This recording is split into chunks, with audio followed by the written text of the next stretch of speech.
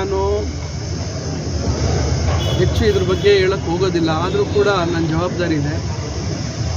ನಾನು ಈಗ ಪ್ರದೀಪ್ ಅವರನ್ನು ಇಲ್ಲಿ ಶಾಸಕರಾಗಿ ಅಭ್ಯರ್ಥಿ ಮಾಡಬೇಕು ಅಂತಕ್ಕಂಥದ್ದು ನಾನು ಮಾಡಿದಂಥ ಪ್ರಯತ್ನ. ನನ್ನ ಜೊತೆಯಲ್ಲಿ ಶಿವಶಂಕರ್ ರೆಡ್ಡಿ ಅವರು ನನ್ನ ತೀರ್ಮಾನ ಜೊತೆಯಲ್ಲಿ ಅವರು ಇದ್ದರು. ನಾವಿಬ್ಬರು ಚರ್ಚೆ ಮಾಡಿ ಇದನ್ನು ನಾವು ಹೈಕಮಾಂಡ್ಗೆ ಹೇಳಿ ಪ್ರದೀಪ್ ಅವರಿಗೆ ಅವಕಾಶ ಕೊಡ್ತೀವಿ. ಪ್ರದೀಪ್ ಅವ್ರಿಗೆ ಜನನೂ ಆಶೀರ್ವಾದ ಮಾಡಿದ್ರು. ಹಿಂದೆ ಇದ್ದಂಥ ಮಂತ್ರಿಗಳ ಮೇಲೆ ಭಾಳಷ್ಟು ಬೇಸರ ಇದ್ದಿದ್ದರಿಂದ ಪ್ರದೀಪ್ ಅವ್ರಿಗೊಂದು ಅವಕಾಶ ಮಾಡಿಕೊಟ್ರು. ರಾಜಕಾರಣ ವಸ್ತು ಪ್ರದೀಪ್. ನಾನು ಹಲವಾರು ಸಂದರ್ಭದಲ್ಲಿ ಪ್ರದೀಪ್ ಅವ್ರಿಗೆ ಹೇಳಿದ್ದೆ, ಸ್ವಲ್ಪ ರಾಜಕಾರಣ ಕಲಿಬೇಕು, ಸ್ವಲ್ಪ ತಾಳ್ಮೆ ಇರಬೇಕು ಅಂತಕ್ಕಂಥದ್ದು. ಇದು ಗೊಂದಲ ಪ್ರಾರಂಭದಲ್ಲೇ ಆಯಿತು. ನಾನು 2-3 ಸಭೆಗಳನ್ನು ಮಾಡಿ ಅವ್ರಿಗೆಲ್ಲರಿಗೂ ಸಮಾಧಾನ ಮಾಡಿ ವಸ್ತು ಕಲಿತಾರೆ ಮಾಡ್ತಾರೆ ಅಂತ ಹೇಳಿದೆ.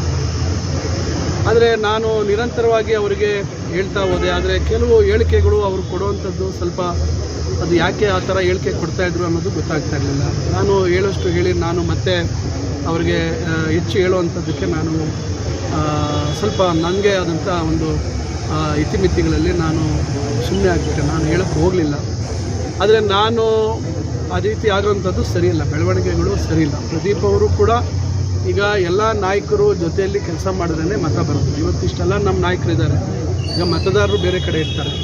ನಮ್ಮ ಸ್ಥಳೀಯವಾಗಿ ಆ ಭಾಗದಲ್ಲಿ ಮುಖಂಡರು ಇದ್ದು ಬೂತ್ ಮಟ್ಟದಲ್ಲಿ ಮತ್ತೊಂದು ಮಟ್ಟದಲ್ಲಿ ನಮ್ಮ ಪಾಂಪ್ಲೆಟ್ ಎತ್ಕೊಂಡು ಕೊಡುವಂಥದ್ದು. ನಾವು ಮನೆಗೂ ಪಾಂಪ್ಲೆಟ್ ಕೊಡಲಿಕ್ಕೆ ಆಗೋದಿಲ್ಲ. ಯಾವಾಗಲೂ ಒಂದು ವಿರುದ್ಧವಾದಂಥ ಗಾಳಿ ಮತ್ತೊಂದು ಬಂದಂಥ ಸಂದರ್ಭದಲ್ಲಿ ಚುನಾವಣೆ ಗೆಲ್ಲುವುದು ಬೇರೆ ವಿಚಾರ. ನಾವೇ ಜವಾಬ್ದಾರಿ ಸ್ಥಾನದಲ್ಲಿದ್ದು ನಾಳೆ ಜನ ನಮ್ಮ ಒಂದು ಏನು ಕಾರ್ಯ ವೈಖರಿಯನ್ನು ನಾವು ಏನು ಆ ಜವಾಬ್ದಾರಿ ಸ್ಥಾನದಲ್ಲಿ ಕೂತು ನಮ್ಮ ಕೆಲಸ ಕಾರ್ಯಗಳೇನಿದೆ ಅಂತ ನಮ್ಮನ್ನು ಅಳತೆ ಮಾಡ್ತಾರೆ.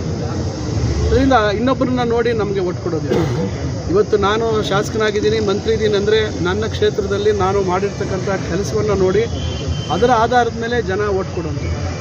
ಮತ್ತೊಬ್ಬರಿದ್ದಾಗ ನಾನು ಇಲ್ಲದೇ ಇದ್ದಾಗ ಇನ್ನೊಬ್ಬರಿದ್ದಾಗ ಅವ್ರನ್ನ ನೋಡಿ ನಾನು ಅವ್ರದ್ದು ಸರಿ ಇದ್ದರೆ ಅವ್ರು ಕೊಡ್ತಾರೆ, ಸರಿ ಇದ್ದರೆ ಇನ್ನೊಬ್ರು ಕೊಡ್ತಾರೆ ಅಂತ ಒಂದು ಇವತ್ತು ಅವರ ಒಂದು ಕಾರ್ಯವೈಖರಿ, ಅವ್ರು ಯಾವ ರೀತಿ ಜನರ ಜೊತೆ ಇರ್ತಾರೆ, ಯಾವ ರೀತಿ ನಾಯಕರನ್ನು ನಡೆಸ್ಕೊಳ್ತಾರೆ, ಇವೆಲ್ಲ ಜನ ನೋಡ್ತಾ ಇರ್ತಾರೆ. ನಾನು ಅವ್ರಿಗೆ ಹಲವಾರು ಬಾರಿ ಹೇಳಿದ್ದೆ. ಆದರೆ ಅವರು ಸ್ವಲ್ಪ ಎಲ್ಲೋ ಒಂದು ಕಡೆ ಇನ್ನು ಅವ್ರಿಗೆ ರಾಜಕಾರಣ ಹೊಸದಿರೋದ್ರಿಂದ ಸ್ವಲ್ಪ ದುಡುಕುವಂಥದ್ದು ಸ್ವಭಾವ. ಅದನ್ನು ನಾನು ಅವ್ರನ್ನ ವಿರೋಧ ಮಾಡ್ತಾ ಇರ್ತಕ್ಕಂಥವ್ರಿಗೆ ಹೇಳಿದ್ದೀನಿ, ನೋಡಿ ಸ್ವಲ್ಪ ಅವ್ರಿಗೂ ಹೊಸದಿದೆ, ನೀವು ಸ್ವಲ್ಪ ಅವ್ರಿಗೆ ಅವಕಾಶ ಕೊಡಬೇಕು, ನೀವು ಏಕಾಏಕಿ ಇದು ಮಾತಾಡೋವಂಥದ್ದು ಸರಿಯಿಲ್ಲ ಅಂತಕ್ಕಂಥದ್ದು ನಾನು ಅವ್ರಿಗೆ ಹೇಳಿದ್ದೀನಿ. ನಾನು ಯಾರಿಗೂ ಬೆಂಬಲ ಕೊಡುವಂಥದ್ದು ಮತ್ತೊಂದು ಕೆಲಸ ನಾನು ಮಾಡಿಲ್ಲ. ಆದರೆ ಒಂದು ಎಲ್ಲ ಅಂದರೆ ಎಲ್ಲರೂ ಹಿಂದೆ ಚಿಕ್ಕಬಳ್ಳಾಪುರದಲ್ಲಿ ಇವರೆಲ್ಲರೂ ನಾಯಕರು ಕಾಂಗ್ರೆಸ್ ಪಕ್ಷದಲ್ಲಿ ಗಟ್ಟಿಯಾಗಿ ಕೆಲಸ ಮಾಡಿರ್ತಕ್ಕಂಥವ್ರು, ವಿವಿಧ ಜವಾಬ್ದಾರಿಗಳನ್ನ ತೆಗೆದುಕೊಂಡಿರ್ತಕ್ಕಂಥವ್ರು. ಅದನ್ನು ಕಣ್ಣಾರೆ ನೋಡಿ ಅವರು ಕೂಡ ಅವರಿಗೆ ಅಲ್ಲಿ ಅವ್ರನ್ನ ಕೈ ಬಿಡುವಂಥದ್ದು ಅಥವಾ ಅವರು ದೂರ ಇಡುವಂಥದ್ದು ತಪ್ಪಾಗಿದೆ. ಇವತ್ತು ಯಾವುದೇ ಒಂದು ಕುಟುಂಬದಲ್ಲೇ ಇವತ್ತು ನಾನಾ ರೀತಿ ಸಮಸ್ಯೆಗಳು ಬರ್ತವೆ. ಆ ಸಮಸ್ಯೆಗಳು ಬಂದಂಥ ಸಂದರ್ಭದಲ್ಲಿ ನಾವು ಕುಟುಂಬದ ಯಜಮಾನ್ರು, ಇವತ್ತು ಪ್ರದೀಪು ಅಲ್ಲಿ ಚಿಕ್ಕಬಳ್ಳಾಪುರದ ವಿಧಾನಸಭಾ ಕ್ಷೇತ್ರಕ್ಕೆ ಇವತ್ತು ಶಾಸಕರು, ಒಂದು ರೀತಿ ಅವರು ಯಜಮಾನರಲ್ಲಿದ್ದರು. ಎಲ್ಲೋ ಒಂದು ಕಡೆ ಅವ್ರು ಯಾರಾದರೂ ಅಕಸ್ಮಾತ್ ಇಲ್ಲ ಇವ್ರದ್ದೇ ತಪ್ಪು ಅಂತಾರೋ ಅವ್ರದ್ದೇ ತಪ್ಪು ಅಂತಾರೋ ಒಂದು ಹೆಜ್ಜೆ ನಾವೇ ಕೆಳಗಿಳಿಬೇಕಾಗುತ್ತೆ. ನಾವು ಕ್ಷಮಾಪಣೆ ಮಾಡ್ತಕ್ಕಂಥದ್ದು ನಾವು ಕಲಿಬೇಕಾಗುತ್ತೆ. ರಾಜಕಾರಣದಲ್ಲಿ ಇವತ್ತು ಭಾಳ ನಮ್ಮನ್ನು ಎಲ್ಲರೂ ಹೊಗಳ್ಕೊಂಡೇ ಇರ್ತಾರೆ ಅಂತಕ್ಕಂಥ ನಿರೀಕ್ಷೆ ಇಟ್ಕೊಡೋಂಥದ್ದು ತಪ್ಪಾಗುತ್ತೆ.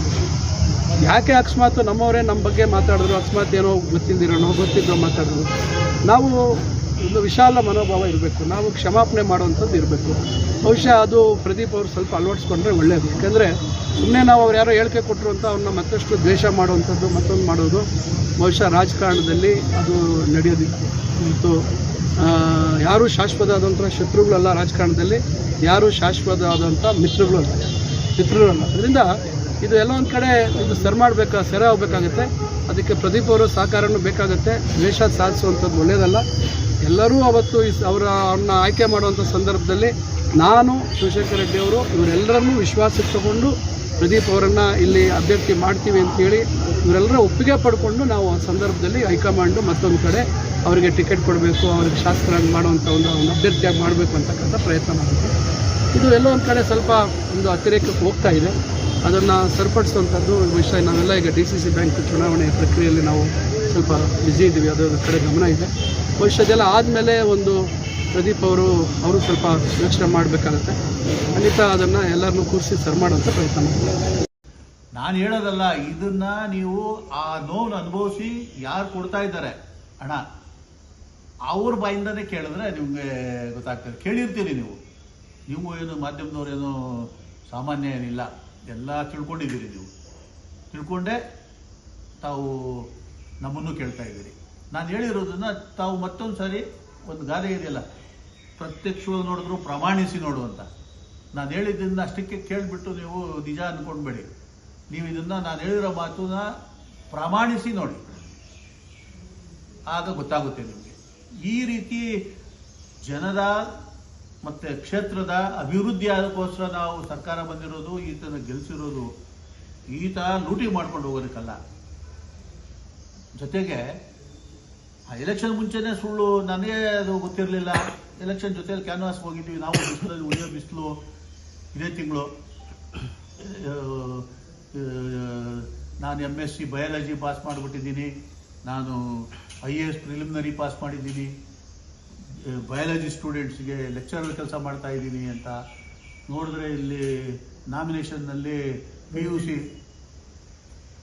ಇಷ್ಟು ಹಗಲು ಸುಳ್ಳು, ಇಂಥ ಸುಳ್ಳು ಹೇಳುವಂಥವ್ರು ಈ ಸಮಾಜದಲ್ಲಿ, ಈ ಸಾರ್ವಜನಿಕ ಜೀವನದಲ್ಲಿ ಇರಬೇಕಾ ಅನ್ನೋದು ನಮ್ಮ ಪ್ರಶ್ನೆ.